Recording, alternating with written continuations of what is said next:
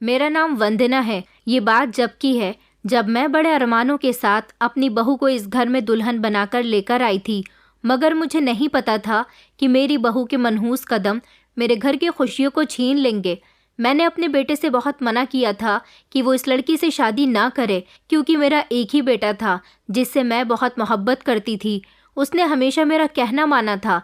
लेकिन जिस दिन से उसकी मुलाकात इस लड़की से हुई थी, मेरे बेटे के रंग ढंग पूरी तरह से बदल गए थे। जब मेरी शादी हुई थी तो मैं बहुत खुश थी, हर दुल्हन की तरह। और हर दुल्हन की तरह मुझे भी ये नहीं पता था कि ससुराल वालों का बिहेवियर मेरे साथ कैसा होगा। मेरे ससुराल वालों ने अगले दिन से ही मेरा जीना दुश्वार कर दिया था। मेरी सास का मूड मेरी तरफ से हमेशा ख़राब रहता था। पति अपनी माँ के कहने में लगा रहता था। ससुर थे तो उनको भी मेरी सास ने अपनी मुट्ठी में किया हुआ था। मैं हमेशा अपने ससुराल वालों की कदर, इज्जत और मोहब्बत की मोहताज रही थी। मुझे नहीं पता था कि मैं इन लोगों के लिए कितना ही कुछ क्यों ना करूं, मगर ये लोग ना तो मुझे इज्जत देंगे, ना मोहब्बत और ना ही कदर। अगर लड़की को पता हो कि आने वाले समय में उसके साथ क्या होने वाला है, तो वो कभी भी शादी जैसा कदम नहीं उठाएगी। मगर कुछ लोगों को मैंने ये भी कहते सुना है कि हर लड़की की किस्मत एक जैसी नहीं होती। कुछ लड़कियों की किस्मत ऐसी भी होती है जो चमक उठती है, उससे सभी लोग मोहब्बत करते हैं। और कुछ तो ऐसी होती हैं जो अपनी तकदीर ससुराल जाने के बाद खुद ही बना देती हैं, जो अपने ससुराल वालों को अपने पति सहित अपनी उंगलियों पर नचाती हैं और उसके ससुराल वाले खामोशी से सब कुछ बर्दाश्त करते हैं। मेरी ससुराल में तो मैं कभी प्यार हासिल न कर सकी थी। हमेशा मैंने अपनी ससुराल वालों के लिए वही सब कुछ किया था जो उनको पसंद होता था। मेरी 4 नंदे थीं और चारों ही मेरे लिए बहुत बड़ी मुसीबत साबित हुई थी। मेरी सास के साथ मिलकर उन्होंने मुझे तंग करने में कोई कसर नहीं छोड़ी थी। मेरा पति मुझसे बहुत मोहब्बत करता था, बस यही बात मेरे ससुराल वालों को अच्छी नहीं लगती थी। मेरा ससुर तो मेरे पति के साथ ही किराना स्टोर पर जाया करते थे। सारी मेहनत मेरे पति की होती थी, लेकिन फिर भी मेरे ससुर दुकान का सारा हिसाब अपने हाथ में रखते थे। मेरे पति को उन्होंने कभी भी अलग से पैसे नहीं दिए थे। घर का सारा खर्चा भी वो अपने हाथ में ही रखते थे और सारा सामान भी खुद ही देकर आया करते थे। अलग से अगर मुझे कुछ खरीदने की ज़रूरत होती या मेरे पति मेरे लिए कुछ लेकर आना चाहते तो उनके पास इतने पैसे ही नहीं होते थे। 1-2 बार मेरे पति ने मेरी कुछ ज़रूरतें पूरी करने के लिए अपनी दुकान से कुछ पैसे अपने पिता की इजाज़त के बिना निकाल लिए थे, जिस पर मेरे ससुर जी ने बहुत हंगामा किया था और इस बात का इल्ज़ाम मेरी सास ने मुझे दे दिया था। उनका कहना था कि इसकी वजह से ही मेरे बेटे ने दुकान से पैसे चुराए होंगे और इसकी ज़रूरतें ही इतनी है कि कभी पूरी ही नहीं होती। आज उसने इसकी खातिर चोरी की है, कल को किसी का कत्ल भी कर देगा, मगर इस समय मेरी तो कोई गलती ही नहीं थी। मैं बार बार अपनी सास को समझाने की कोशिश कर रही थी कि मैंने आपके बेटे से ऐसा कुछ भी नहीं कहा, लेकिन वो तो कुछ समझने के लिए तैयार ही नहीं थी। इस घर में अगर किसी को मामूली सी चोट भी लग जाती थी तो उसका इल्ज़ाम मुझे ही दिया जाता था। एक दिन तो मेरी सास की बहुत तबीयत ख़राब हो गई। मैंने उनकी सेवा में कोई कमी नहीं छोड़ी थी। घर का सारा कामकाज भी मैं खुद ही करती थी। मेरी चारों नंदे एक तरफ को बैठकर मुझे काम बताती रहती थी और मैं काम में बहुत बुरी तरह से उलझी हुई थी और अपनी सास को दवाई देने में मैंने 5 मिनट की देरी कर दी, जिस पर मेरी सास ने मेरे पति के घर आते ही उनको मेरे खिलाफ भड़काना शुरू कर दिया और कहा कि बेटा, मैं तो कब से ठीक हो जाऊं अगर तुम्हारी पत्नी मुझे फ़िक्र से और टाइम पर दवाई दे दिया करे तो। तुम्हारी बहनों को तो घर के कामों से ही फुर्सत नहीं मिलती। तुम्हारी पत्नी को सिर्फ एक काम दिया गया है, उस पर भी वो ध्यान नहीं देती, जिस पर मेरे पति ने मुझे बहुत डांटा था। मगर मैं उनको बार बार कह रही थी कि मैं तो अम्मा जी को दवाई टाइम से देने के लिए आ रही थी, मगर किसी न किसी काम में उलझ जाती हूँ, इसीलिए देर हो गई। उस दिन घर में बहुत बड़ा हंगामा हुआ था। इस छोटी सी बात पर मेरे पति ने मुझ पर हाथ तक उठा लिया था, क्योंकि मेरा सफाई देना उन्हें लगता था कि मैं उनके साथ बदतमीज़ी कर रही हूँ, क्योंकि अपनी माँ के बारे में तो वो कुछ भी सुन नहीं सकते थे। वक्त इसी तरह से गुजरता गया और ऐसे ससुराल में मैंने बड़ी मुश्किल से गुजारा किया, जो मुझे ससुराल नहीं बल्कि किसी नर्क का रूप लगती थी। यहाँ मेरे साथ कुछ ऐसा ही सुलूक होता था। मैंने हर तरह से अपने ससुराल वालों को खुश करने की कोशिश की, मगर मुझसे कोई भी खुश नहीं हुआ। हमेशा मुझे इस घर में बेइज्जत ही किया गया। इसीलिए मैंने सोच लिया था कि आने वाले समय में मैं अपने दिल को तसल्ली ज़रूर दूंगी। अपनी ज़िंदगी के कई साल मैंने इसी तरह से बर्बाद कर दिए थे। अपने पति के साथ मुझे जो अच्छा समय गुजारना था वो मैंने अपने ससुराल वालों की सेवा में गुजार दिया था, और फिर भी मुझे इसका कोई अच्छा सिला नहीं मिला था। फिर मेरी ज़िंदगी में मेरा बेटा आ गया, जिसको मैं अपना सब कुछ मानने लगी। उसका नाम मैंने बड़े प्यार से आर्यन रखा था, और वो दिखने में बिल्कुल मेरी तरह था, इसलिए ज़्यादातर मेरा ही बेटा लगता था। मैंने उसकी परवरिश में कोई कमी नहीं छोड़ी थी। मेरा बेटा सिर्फ 2 महीने का था जब मेरी सास की मौत हो गई। वो छत पर गई थी किसी काम के लिए, और अचानक उनका पैर सीढ़ियों से फिसला तो वो नीचे गिर गईं। उनके जाने के बाद मेरी ज़िंदगी में कुछ सुकून आया था, क्योंकि घर की मुखिया तो वही थी जिन्होंने घर का माहौल सबसे ज़्यादा मेरी तरफ से ख़राब किया हुआ था।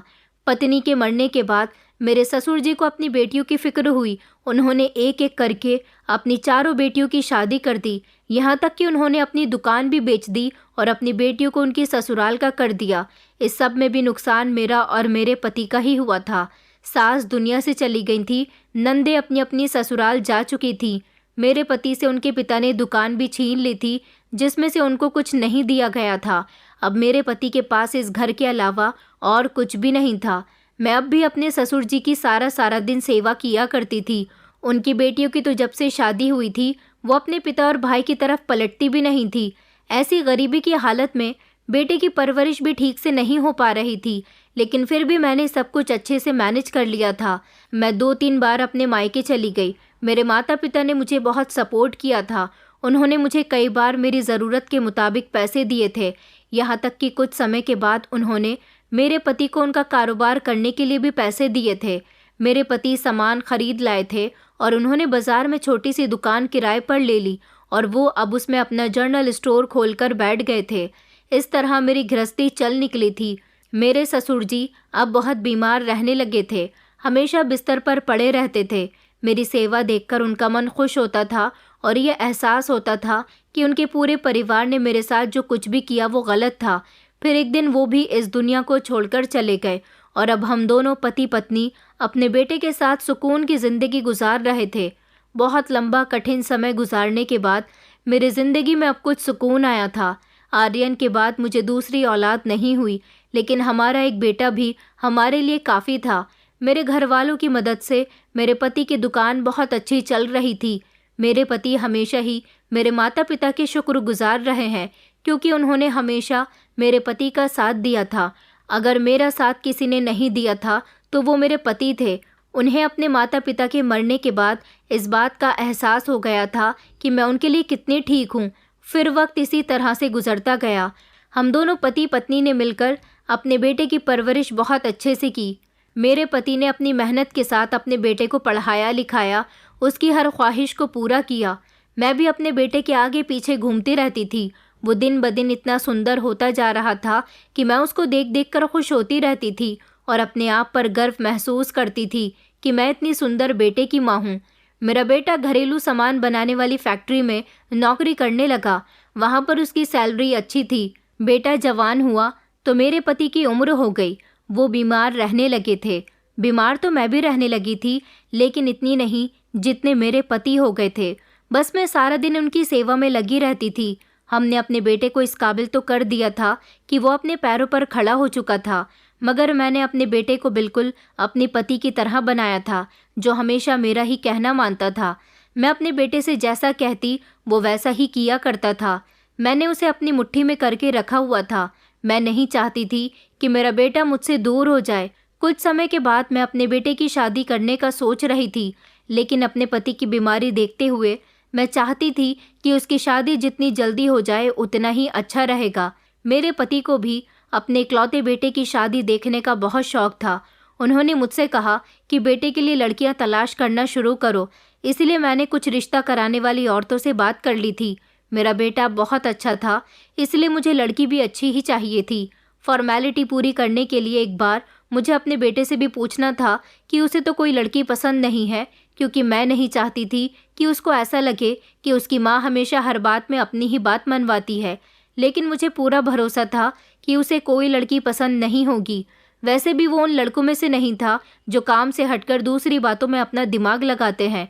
उसकी ज़िंदगी का लक्ष्य सिर्फ एक ही था, अपने माता पिता को एक खुशहाल और सुकून भरी ज़िंदगी देना। मैंने अपने बेटे से जब उसकी मर्ज़ी जाननी चाही तो उसने मेरी उम्मीद के मुताबिक यही कहा था कि माँ, जिस लड़की के साथ आप मेरी शादी करवाना चाहती हो, मैं उसके साथ खुशी खुशी शादी कर लूँगा। मुझे कोई लड़की पसंद नहीं है। ऐसा सुनकर मुझे बड़ी खुशी हुई थी और फिर मैंने अच्छी सीधी सादी और मासूम लड़की तलाश करने में अपनी जी जान लगा दी थी। मैं अपने बेटे की शादी किसी ऐसी लड़की से करवाना चाहती थी जो काम में बहुत परफेक्ट हो और घर में मुंह बंद करके रहती हो, लेकिन अभी तक मुझे कोई ऐसी लड़की नहीं मिल रही थी। मैं जिस लड़की को देखने जाती उसके ऊपर से मुझे चालाकी छलकती हुई दिखाई देती थी, इसीलिए मैं हर लड़की को रिजेक्ट कर दिया करती थी। मेरे पति बार बार मुझसे कहते थे कि तुम्हें अभी तक बेटे के लिए कोई लड़की पसंद क्यों नहीं आती है, तुम इतनी इतनी अच्छी लड़कियों को रिजेक्ट कर देती हो, आखिर तुम क्या चाहती हो। मगर मैं उनको क्या बताती कि मैं कैसी लड़की को अपनी बहू बनाना चाहती थी। फिर मुझे एक दिन एक लड़की अपने बेटे के लिए पसंद आ ही गई, जो बहुत भोली भाली और मासूम सी थी, लेकिन बहुत सुंदर थी।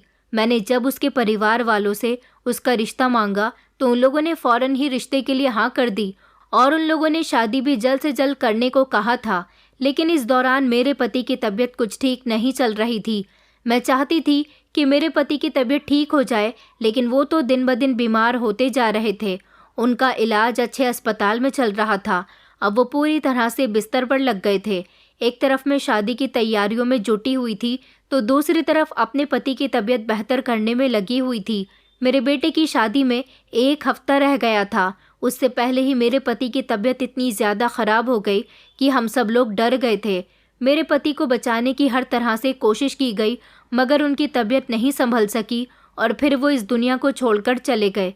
दरअसल उनको हाई ब्लड प्रेशर की बीमारी थी, जिसके चलते उनकी तबीयत अचानक कभी भी ख़राब हो जाती थी, लेकिन इस बार उनकी तबीयत ख़राब हुई तो ठीक ना हो सकी। मेरे हमसफ़र मुझे छोड़कर जा चुके थे, लेकिन इस हालत में मुझसे मेरे बेटे ने वादा किया था कि वो हमेशा मेरा ख्याल रखेगा और अब मेरे पास भी बेटे के अलावा कोई दूसरा सहारा नहीं था। मैं जो अपने बेटे की शादी होने की खुशियां मना रही थी, अब वो सब मातम में बदल चुकी थी। मेरे बेटे की शादी तभी हुई जिस तारीख में तय हुई थी, मगर उसकी शादी में वो अब मज़ा नहीं रहा था जो होना चाहिए था। मेरे पति अपनी इकलौते बेटे की खुशियां नहीं देख सके थे और अब मैं अपनी बहू को बड़े अरमानों के साथ अपने घर में विदा करके ले आई थी। बेटे की शादी तो खूब धूमधाम से ना हो सकी, मगर मैंने अपने बेटे की शादी में कोई कमी नहीं छोड़ी थी। उसकी शादी की तैयारियां तो मैं पहले ही कर चुकी थी। सब लोग मेरी बहू को देखकर बहुत तारीफ़ कर रहे थे कि बहू तो तुम बहुत सुंदर लेकर आई हो। मेरी बहू का नाम मोनिका था और मोनिका के साथ मेरा बेटा अपनी ज़िंदगी की नई शुरुआत कर चुका था। मैंने सोच लिया था कि मैं कभी भी अपनी बहू को अपने बेटे पर हावी नहीं होने दूंगी, इसलिए मैंने शुरू से ही उसे अपने इशारों पर नचाना शुरू कर दिया था। वो नई नवेली दुल्हन थी तो क्या हुआ, मैंने उसको घर के सारे तौर तरीके और घर के सारे कामकाज अच्छे से समझा दिए थे ताकि वो पूरी गृहस्थी को अपने हाथ में ले ले। कभी कभी मुझे अपने पति की भी याद आया करती थी तो मैं अफसोसमंद हो जाती थी। मेरा बेटा मुझे तसल्ली दिया करता था, कहता था कि माँ आप फिक्र मत करो, मैं आपके साथ हूँ ना। और फिर अब तो हमारे घर में मोनिका भी आ गई है आपका ख्याल रखने के लिए। मैंने यही मौका देखते हुए अपने बेटे को बहू के खिलाफ भड़काना शुरू कर दिया और कहा कि बेटा, तुम्हारी पत्नी घर का कोई काम नहीं करती, सारा दिन अपने कमरे में घुसी रहती है। अपनी पत्नी से कहो कि ज़्यादा नई नवेली दुल्हन ना बने। हमने भी शादी के नए दिनों से ही घर के कामकाज अच्छी तरह से संभाल लिए थे। मैं तो काफ़ी दिनों से सोच रही हूँ कि बहू से कुछ न कहूँ, लेकिन तुम्हारे पिताजी की याद मुझे बीमार बनाकर सता रही है। तुम तो जानते हो कि जब से तुम्हारे पिताजी इस दुनिया से गए हैं मैं कितना बीमार रहने लगी हूँ। हमेशा मेरी टांगों में दर्द रहता है, मुझसे कोई काम नहीं होता। अब इस घर को संभालना तुम्हारी पत्नी की ही तो जिम्मेदारी है, उसे अपनी जिम्मेदारी को अच्छी तरह से समझना चाहिए। मेरी बात सुनकर तो मेरा बेटा शर्मिंदा हो गया था। वो मेरे सामने तो अपनी पत्नी को कुछ नहीं कहना चाहता था, लेकिन मैं जानती थी कि कमरे में जाने के बाद वो अपनी पत्नी की क्लास लगा देगा। उसके बाद हर दिन से मेरी बहू घर के काम को अच्छी तरह से करती थी और मैं रानी बनकर उस पर हुक्म चलाया करती थी। जिंदगी बड़े सुकून से और अच्छी गुजर रही थी। शादी के 3 महीने बाद ही मेरी बहू को माँ बनने की खुशी मिली, तो प्रेगनेंसी के दिनों में भी मैंने उसे सुकून पर नहीं छोड़ा था। उससे घर का हर काम लिया था। वो बहुत सीधी सादी थी, मुझसे कुछ नहीं कहती थी, बस जैसा मैं कहती चुपचाप वही कर लिया करती थी। मेरी बहू बहुत अच्छा खाना बनाया करती थी, लेकिन मैं अपनी पुरानी ज़िंदगी की भड़ास अपनी बहू पर निकाल रही थी। मैं जानबूझकर उसके बनाए हुए खाने में कमी निकाल दिया करती थी और बहू को हमेशा किसी न किसी बात पर ताने देती रहती थी। बहू ने कई बार मेरे बेटे से मेरी शिकायत की। जब भी मेरा बेटा मुझसे उसकी शिकायतों में आकर बात करने के लिए आया, मैंने उसको रो रो कर डराना शुरू कर दिया। मेरे आंसू देखने के बाद कभी उसकी हिम्मत ही नहीं हुई थी कि मुझे कुछ भी कहने की। उल्टा वो अपनी पत्नी को ही डांट दिया करता था और उससे कहता था कि बर्दाश्त करना सीखो, मेरी माँ दिल की बुरी नहीं है। बहू अपने पति की कही हर बात को खामोशी से बर्दाश्त करती थी। फिर उसकी हिम्मत ही नहीं हुई अपने पति से मेरी शिकायत करने की। कुछ समय के बाद मेरी बहू ने बेटे को जन्म दिया। अपने पोते को अपनी गोद में लेकर मैं बहुत खुश हुई थी। मैंने अब अपना सारा प्यार अपने पोते पर लुटाना शुरू कर दिया था, मगर इस दौरान मुझे अपनी बहू से नफरत होने लगी थी, क्योंकि बेटा होने के बाद मेरे बेटे आर्यन का सारा ध्यान और प्यार सिर्फ उसके बच्चे और पत्नी पर था। वो ऐसी कंडीशन में अपनी पत्नी का भी बहुत ख्याल रख रहा था। अब मुझे अपनी बहू बहुत बुरी लग रही थी। मैंने आर्यन के घर से जाते ही बहू के साथ बुरा व्यवहार रखना शुरू कर दिया। मैंने उससे कहा कि चलो उठो, अब बहुत कर लिया आराम। तुम दुनिया की इकलौती ऐसी औरत नहीं हो जिसने ऑपरेशन से बच्चे को जन्म दिया है। ऐसी बहुत सी औरतें हैं जिनका ऑपरेशन होता है, मगर वो सारा दिन आराम नहीं करती। उठो और घर के काम देखो। मेरी बहू की आंखों में आंसू आ गए। वो कहने लगी कि माँ जी, मैं अभी ठीक नहीं हूँ, मुझसे तो ठीक से बैठा भी नहीं जा रहा, मैं घर के काम कैसे करूँ। मैंने उसके बच्चे को गोद में लिया और कहा कि तुम्हारे बेटे का ध्यान भी मैं रख रही हूँ, तो क्या तुमसे घर का कोई काम भी नहीं हो रहा। बहू खामोश हो गई और वो हिम्मत करके उठी। उसने धीरे धीरे शाम तक सारे काम खत्म कर लिए थे।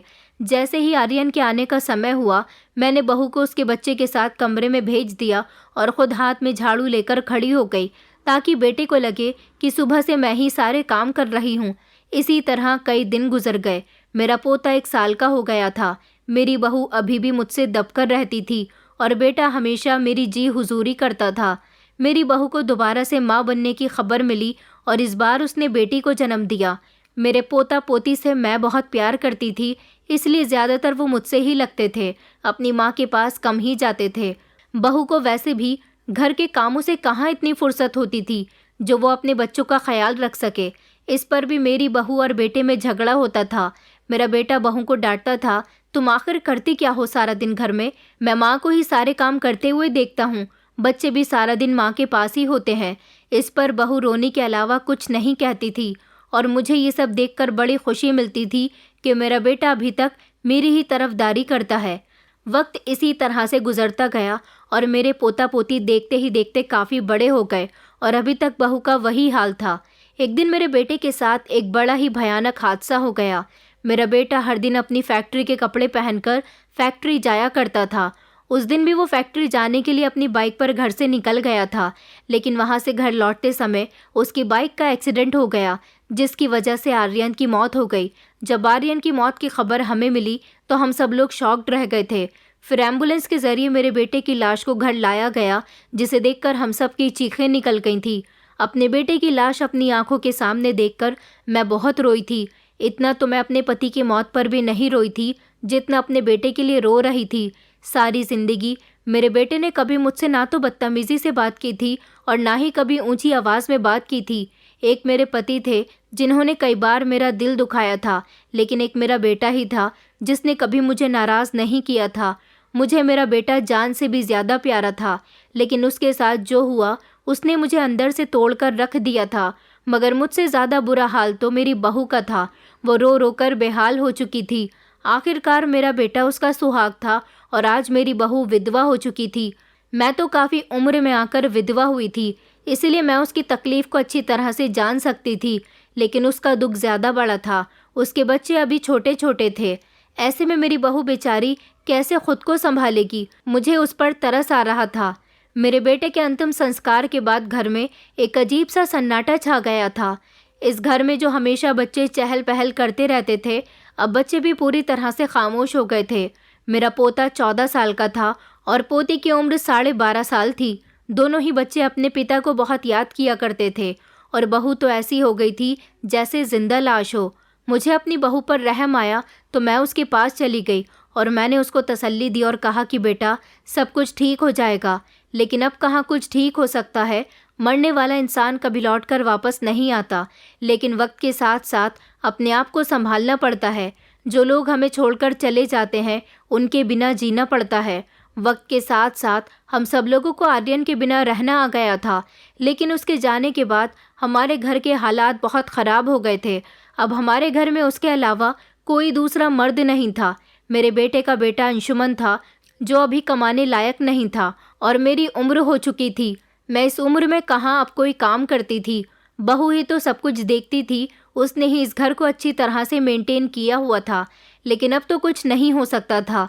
जितने पैसे घर में मौजूद थे वो सारे पैसे भी दिन गुजरने के साथ साथ ख़त्म हो चुके थे। इधर दोनों बच्चे भी स्कूल नहीं जा रहे थे क्योंकि उनके स्कूल की फ़ीस चढ़ गई थी और अब तो घर में खाने के लिए भी कुछ नहीं था। मुझे बहुत तेज़ भूख लग रही थी। मैंने आवाज़ लगाई कि मोनिका मुझे खाने को कुछ दे दो।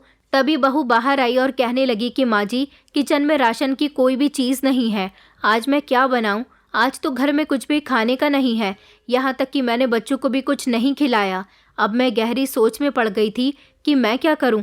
बहू काँपते हुए मेरे पास आई और कहने लगी कि माँ जी मैं आपसे कुछ बात करना चाहती हूँ। मैंने कहा कि हाँ बोलो, क्या कहना चाहती हो? तो उसने अपनी नज़रें झुकाकर कहा कि घर के हालात देखते हुए मुझे लगता है कि मुझे नौकरी कर लेनी चाहिए। मैंने फ़ौरन ही बहू की तरफ नज़र उठाकर देखा। मैंने कहा कि नहीं नहीं, तुम्हें नौकरी करने की क्या ज़रूरत है। मैं तुम्हें नौकरी करने नहीं दूंगी। लोग क्या कहेंगे कि आर्यन की पत्नी उसके मरने के बाद नौकरी करती है। मोनिका कहने लगी तो फिर मैं अपने बच्चों को भी भूखा नहीं देख सकती। और आप भी तो बीमार रहती हो, आपको भी दवाई की ज़रूरत है। आपके जोड़ों में दर्द होता है। किसी दिन ज़्यादा दर्द हो गया तो आपको दवाई नहीं मिल पाएगी। माँ जी मैं आपसे विनती करती हूँ, मुझे नौकरी करने दीजिए ना। अगर मैंने नौकरी नहीं की तो हमारा घर कैसे चलेगा? जब से आर्यन इस दुनिया से गए हैं एक एक दिन हमारे लिए जीना मुश्किल हो गया और अभी तो पूरी ज़िंदगी पड़ी है। हम इतनी लंबी ज़िंदगी को उनके बिना कैसे गुजारेंगे? बहू बात तो बिल्कुल ठीक कह रही थी। अपने दिमाग पर जोर डालने के बाद मैंने उसे नौकरी करने की परमिशन दे दी थी। मैंने कहा लेकिन तुम कौन सी नौकरी करोगी? मतलब क्या काम करना चाहती हो तुम? तो उसने कहा कि माँ जी आपको लगता है कि मैं घर संभाल सकती हूँ, मगर मैं एक पढ़ी लिखी गृहिणी हूँ जो घर संभालने के साथ साथ बाहर के भी कामकाज कर सकती हूँ। मेरी बहू ने एक प्राइवेट स्कूल में टीचिंग की नौकरी करनी शुरू कर दी थी। एक हफ्ते नौकरी पर जाने के बाद उसे एडवांस सैलरी मिल गई थी क्योंकि वहाँ वो बहुत लगन के साथ नौकरी कर रही थी। और फिर उसके बाद धीरे धीरे उसको हर महीने की सैलरी मिलने लगी तो घर का खर्चा कुछ मेंटेन हो गया था। बहू घर का सारा काम सुबह सवेरे उठकर कर लिया करती थी, यहाँ तक कि मेरे लिए चाय भी बनाकर रख जाती थी। उसके बाद वो स्कूल चली जाती थी और दोपहर को आने के बाद शाम का खाना बनाया करती थी। लेकिन मैं एक बात नोटिस कर रही थी कि जिस दिन से बहू ने स्कूल में नौकरी करना शुरू किया था वो बड़ी बदली बदली सी लगने लगी थी। पहले वो कभी कभी सूट पहन लिया करती थी, मगर अब तो सूट पहनती ही नहीं थी। ज़्यादातर साड़ी ही पहनती थी और साड़ी का पल्लू हमेशा अपने सर पर रखे रहती थी। उसके सर से बिल्कुल भी पल्लू नहीं हटता था। कुछ दिन और इसी तरह से गुजर गए। एक दिन मेरी पोती ने मुझे बताया कि दादी माँ मैं आपको कुछ बताना चाहती हूँ। मैंने उसकी बात बड़ी गौर से सुनी। हाँ बेटा बताओ, क्या बताना चाहती हो? तो उसने कहा कि दादी मैं एक रात में पानी पीने के लिए उठी तो जग में पानी नहीं था, इसलिए मैं बाहर से पानी पीने के लिए चली गई। लेकिन मम्मी के कमरे से मुझे खटर पटर की आवाज़ आ रही थी। ये बात तो 2-3 रात पहले की है, लेकिन कल रात मुझे ऐसा लगा जैसे हमारे घर के दरवाजे पर कोई था। पता नहीं क्यों कुछ दिनों से मुझे रात को बहुत डर लगने लगा है। ऐसा लगता है कि हमारे घर में कोई आता है या फिर हमारे घर से कोई जाता है। मैंने अपनी पोती आराध्या की बात पर ध्यान दिया और कहा, क्या तुम सच कह रही हो? आराध्या कहने लगी कि जी दादी माँ मैं सच कह रही हूँ। अगर आपको मेरी बात पर यकीन नहीं आता तो आप सारी रात जागकर देख लेना, क्योंकि ऐसा मैं कई रातों से नोटिस कर रही हूँ। आराध्या की बात मुझे कुछ अजीब लगी थी। हम इस घर में नए रहने वाले तो नहीं थे, कई सालों से रहते आ रहे थे और इतने सालों में तो मैंने अपने घर में कभी दिन में या रात में भी कुछ अजीब नहीं देखा या महसूस किया था। उसी रात मैंने जागकर गुजारी और देखना चाहा कि आखिर हमारे घर में ऐसा भी क्या हो रहा है जो मेरी पोती को महसूस होता है। मैं काफ़ी देर तक जागती रही, लेकिन ऐसा कुछ अजीब सा मुझे महसूस नहीं हुआ। कोई आता जाता मुझे नहीं लगा, मगर एक बात थी, वो ये कि मोनिका के कमरे में सच में खटर पटर की आवाज़ आ रही थी, जैसे वो धीरे से अपनी अलमारी खोल रही हो या फिर कमरे के अंदर चल फिर रही हो। क्योंकि रात में ज़्यादा शांति होने की वजह से धीमी सी आवाज़ भी साफ सुनाई देती है, और फिर सर्दियों की रातें तो वैसे भी बड़ी शांति वाली होती हैं।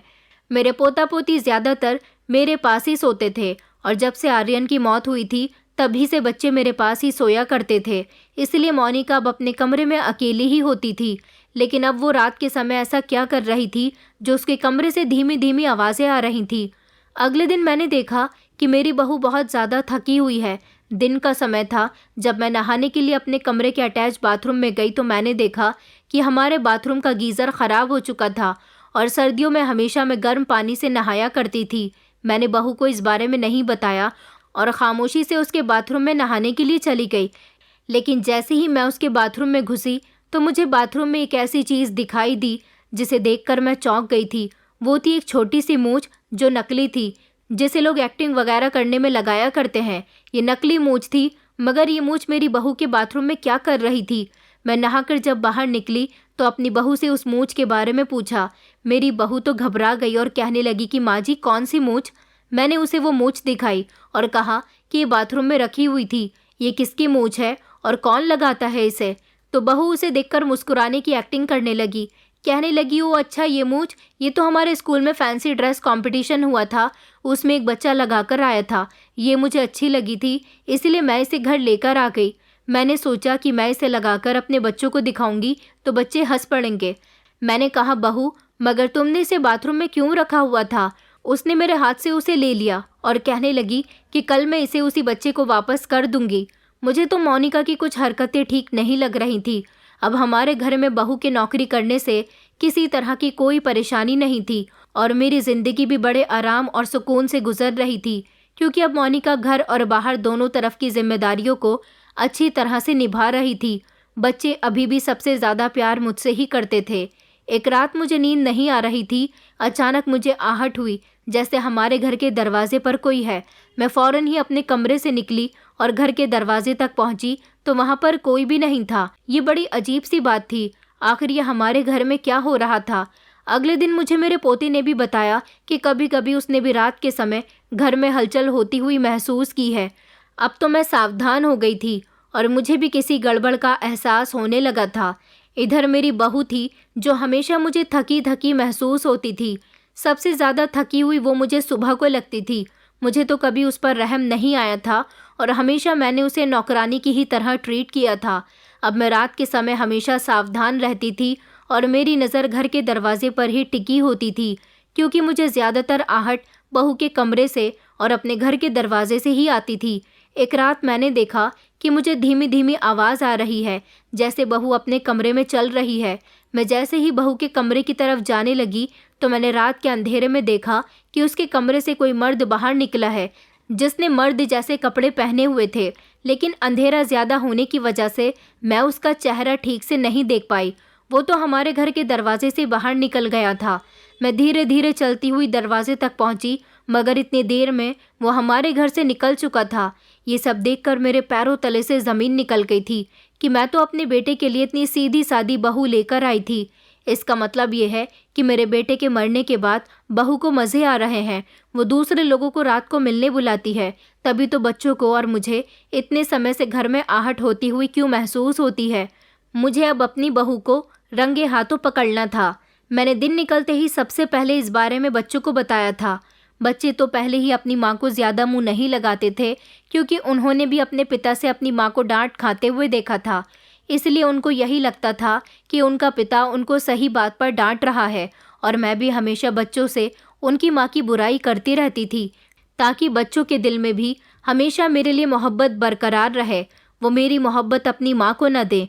अब मुझे समझ आ गया था कि बहू रात को इस मर्द को अपने कमरे में मिलने के लिए बुलाती है, और इस मर्द की हिम्मत तो देखो, ये घर के दरवाजे से अंदर आता है। मैंने सोच लिया था कि मुझे कुछ न कुछ तो करना होगा। अगली रात मैं फिर से जागती रही तो मैंने फिर से उसी मर्द को अपनी बहू के कमरे से निकलते हुए देखा। आज तो मैंने उसे साफ साफ देख लिया था और मेरा शक भी दूर हो गया था। मैंने बच्चों को सुबह होते ही जब इस बारे में बताया तो बच्चों ने अपनी माँ से नफरत करने में बढ़ोतरी पैदा कर ली और वो ज़्यादातर मेरे पास ही रहने लगे थे। बहू बच्चों के करीब जाती तो बच्चे उससे कोई बात ना करते थे, बल्कि उसे देखकर मुंह फेर लिया करते थे। हर रात मैं कुछ ऐसा ही देख रही थी, लेकिन अब मुझे कुछ ऐसा करना था कि बहू की सारी सच्चाई खुलकर मेरे सामने आ जाए। सबसे पहले मुझे इस इंसान को पकड़ना था। ये कौन था? हमारे मोहल्ले का था या फिर मेरी बहू का कोई जानने वाला था? मैंने इसे पकड़ने का फैसला किया। एक रात जैसे ही मैंने बहू के कमरे में उस लड़के को निकलते हुए देखा तो मैं उसको पकड़ने के लिए उस पर लपकी। मैंने अपने इस प्लान में बच्चों को भी शामिल कर लिया था। बच्चों ने फौरन ही घर की सारी लाइट ऑन कर दी। उस लड़के ने बिल्कुल ऐसे कपड़े पहने हुए थे जैसे कपड़े मेरा बेटा पहनकर फैक्ट्री जाया करता था। उसने अपने चेहरे पर हाथ रख लिया और मुझे ज़मीन पर धक्का देकर खुद घर से भाग गया। मैं ज़मीन पर गिरकर कुछ न कर सकी थी। बच्चे भी उसे पकड़ते रह गए थे, मगर वो हाथ नहीं आया। और उसी समय मैंने और बच्चों ने बहू के कमरे का दरवाज़ा ज़ोर ज़ोर से बजाया, मगर दरवाज़ा तो बाहर से बंद था। जैसे ही हमने दरवाज़ा खोल कर देखा तो वहाँ मोनिका मौजूद ही नहीं थी। इतनी रात के समय मोनिका कहाँ गई थी? ये सब देखकर तो मेरा खून खौल उठा और मैंने सोच लिया था कि अब बहू की खैर नहीं है। बच्चे भी कहने लगे कि दादी, आज मम्मी को मत छोड़ना। आखिर वो इतनी रात को घर से कहाँ चली गई और ये घर में दाखिल होने वाला लड़का आखिर कौन है?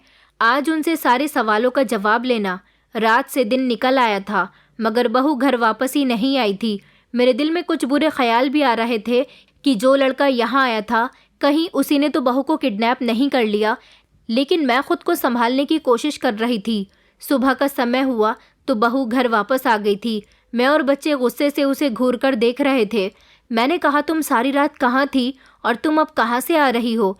बहू बुरी तरह से कांप रही थी और बात को घुमाने की कोशिश कर रही थी, लेकिन अचानक मेरी नज़र मेरी बहू की कलाई पर गई। मैंने उसकी कलाई पकड़ी। इससे पहले वो मुझे कोई जवाब देती, मैंने उससे एक और सवाल कर लिया। मैंने कहा, तुम्हारे हाथ पर ये निशान कहाँ से आया? मैंने बहू के चेहरे की तरफ देखा, जो साफ साफ कुछ छुपाने की कोशिश कर रही थी। मैंने फौरन ही उसके सर से दुपट्टा हटाया। उसके सर से पल्लू हटाते ही हम तीनों की आंखें फटी की फटी रह गई थी और मुझे यकीन नहीं आ रहा था कि जो कुछ भी मैं देख रही हूँ वो सब कुछ सच है। मैंने चिल्लाकर कहा कि ये सब कुछ क्या है? आखिर तुम क्या करती फिर रही हो? मुझे सब सच बताओ। बहू बुरी तरह से घबरा गई थी। वो मेरे पैरों में बैठकर फूट फूट कर रोने लगी और कहने लगी कि माँ जी, आप गुस्सा मत करो, मैं आपको अभी सच सच बताती हूँ। मेरी नज़र जब अपनी बहू की कलाई पर गई तो मुझे याद आया कि रात जो लड़का घर में आया था और जिसको मैंने दबोच लिया था, उसकी कलाइयों को मैंने इतनी बुरी तरह से दबोच लिया था कि मेरे नाखूनों के निशान अच्छी तरह से उसकी कलाई में गड़कर रह गए थे इसलिए वो बुरी तरह से घबरा गया था और भागने की कोशिश कर रहा था। सुबह जब मेरी बहू घर के अंदर आई तो उसकी कलाइयाँ भी कुछ इसी तरह से ज़ख्मी थीं जैसे किसी ने उसकी कलाई में नाखून गाड़ दिए हों। और जब मैंने उसके सर से पल्लू हटाया, जिस पर मुझे हमेशा से शक रहता था कि वो सर पर पल्लू क्यों रखे रहती है, कभी उसे उतारती क्यों नहीं है, तो उसके बाल बहुत छोटे छोटे थे और बॉय कट टाइप के थे, जैसे लड़के करवा लेते हैं।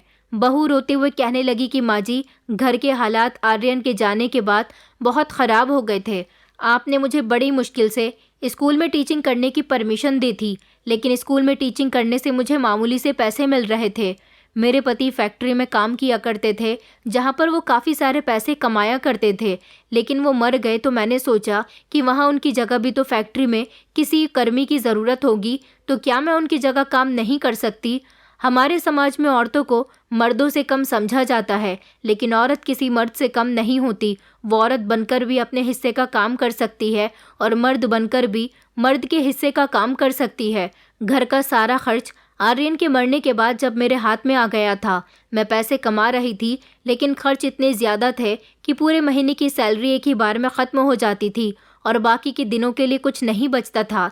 इसलिए मैंने फ़ैसला किया कि मैं अपने पति की जगह फैक्ट्री में काम करूंगी। मैं वहाँ लड़का बनकर गई तो वहाँ मुझे नौकरी मिल गई और मैं उतने ही पैसे कमाने लगी जितने मेरे पति कमाया करते थे। अब मेरे पास बच्चों की पढ़ाई के लिए भी पैसे बच रहे थे और बाकी के कामों के लिए भी। दिन में मुझे घर के भी काम करने होते हैं, स्कूल भी जाना होता है, और आप मुझे कभी भी फैक्ट्री में नौकरी करने की परमिशन नहीं देती। और उस फैक्ट्री में सारे ही मर्द काम करते हैं, इसलिए मैं वहाँ जाकर रात को सब लोगों के सो जाने के बाद नाइट ड्यूटी करती हूँ। मैं यहाँ से तैयार होकर आर्यन के कपड़े पहनकर खामोशी से घर से निकल जाती थी और फिर उसके बाद घर के अंदर दिन निकलने से पहले पहले वापस आ जाती थी। लेकिन आज आपने मुझे देख लिया। आपने ही नहीं बल्कि एक बार फैक्ट्री में भी मुझे एक लड़के ने देख लिया था और वहाँ सारे लोगों को मेरी सच्चाई के बारे में पता चल गया था। वहाँ के मालिक मुझे नौकरी से निकालना चाहते थे, मगर फिर जब मैंने उन्हें अपनी परेशानी बताई और बताया कि मैं उनकी ही फैक्ट्री में काम करने वाले आर्यन मल्होत्रा की पत्नी हूँ, तो उन्होंने मुझे वहाँ नौकरी करने की अनुमति दे दी और वहाँ पर मौजूद लोगों से कहा कि ये लड़की यहाँ पर लड़कों के ही गेटअप में आएगी और इसे कोई परेशान नहीं करेगा। ये जो काम कर रही है इसे खामोशी से करने दिया जाए। बहू फूट फूट कर मुझे अपनी कहानी सुना रही थी।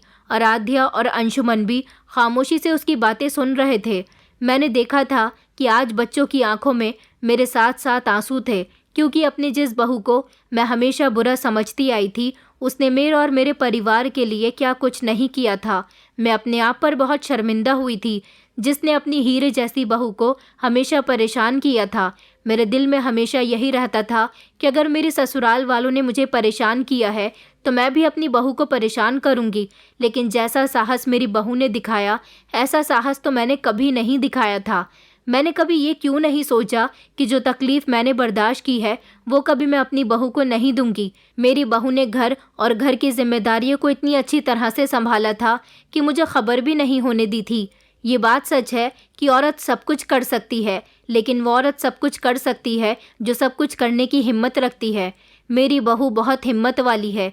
मैंने अपनी बहू से हाथ जोड़कर माफ़ी मांगी और कहा कि बहू, तुमने मेरे लिए, मेरे घर के लिए ये सब कुछ किया। मैं बहुत खुश हूँ, मगर मुझे माफ़ कर दो।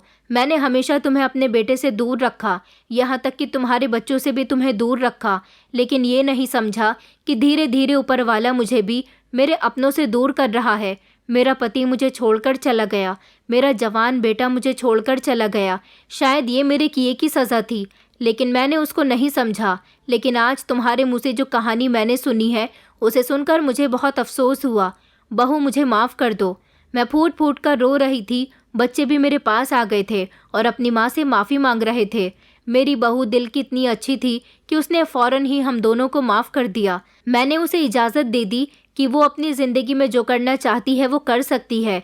मैंने तो ये भी नहीं सोचा कि मेरी बहू अभी जवान है, उसके बच्चे मुझसे बहुत प्यार करते हैं। मैं चाहती तो उसके बच्चों की परवरिश कर सकती थी और मोनिका भी अपनी ज़िंदगी की शुरुआत किसी दूसरे मर्द के साथ शादी करके कर सकती थी, मगर उसने ऐसा मेरे लिए और अपने बच्चों के लिए नहीं किया। मेरी बहू काफ़ी दिनों तक अपने पति के कपड़े पहनकर उसकी फैक्ट्री में काम करने के लिए जाने लगी थी। वहाँ पर घरेलू सामान बनाया जाता था, जहाँ काम करते करते उसे हर चीज़ की नॉलेज हो गई थी और फैक्ट्री का मालिक भी ये बात अच्छी तरह से जानता था कि वो कोई लड़का नहीं बल्कि लड़की है। कुछ समय गुजरने के बाद एक वक्त ऐसा आया जब मेरी बहू की फैक्ट्री का मालिक हमारे घर आया, जिसकी उम्र लगभग 45 साल थी। उसने मेरी बहू को प्रपोज़ किया और कहा कि मैं तुमसे शादी करना चाहता हूँ।